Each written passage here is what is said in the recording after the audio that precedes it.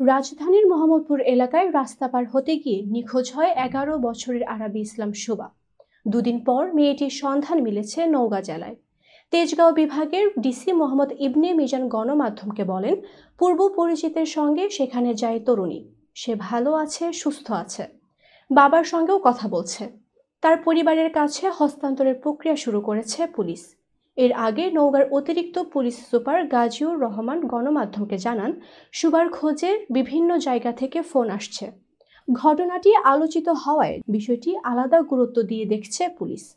Police বলছে, CC ক্যামেরায় ফুটেজে দেখা গেছে একজন ছেলের হাত ধরে চলে যায় শুভা। ওই ছেলের মোবাইল নম্বরের সূত্র ধরে তথ্য প্রযুক্তির মাধ্যমে মেয়েটির খোঁজ পাওয়া যায়। প্রসঙ্গত, বরিশালের একটি স্কুলের ষষ্ঠ শ্রেণীতে পড়ে শুভা। সম্প্রতি জাতীয় ক্যান্সার গবেষণা ইনস্টিটিউট ও হাসপাতালে তার মায়ের কেমোথেরাপি শুরু হয়। সেজন্য কিছুদিন আগে মোহাম্মদপুরের কৃষি মার্কেটের কাছে এক আত্মীয়ের বাসায় ওঠেন শুভার পরিবার। রোববার সন্ধ্যা ৬টার দিকে কৃষি মার্কেট এলাকা থেকে নিখোঁজ হয় আরাবী ইসলাম শুভা। মুহূর্তেই সামাজিক যোগাযোগ মাধ্যমে ছড়িয়ে যায় তার নিখোঁজ সংবাদ।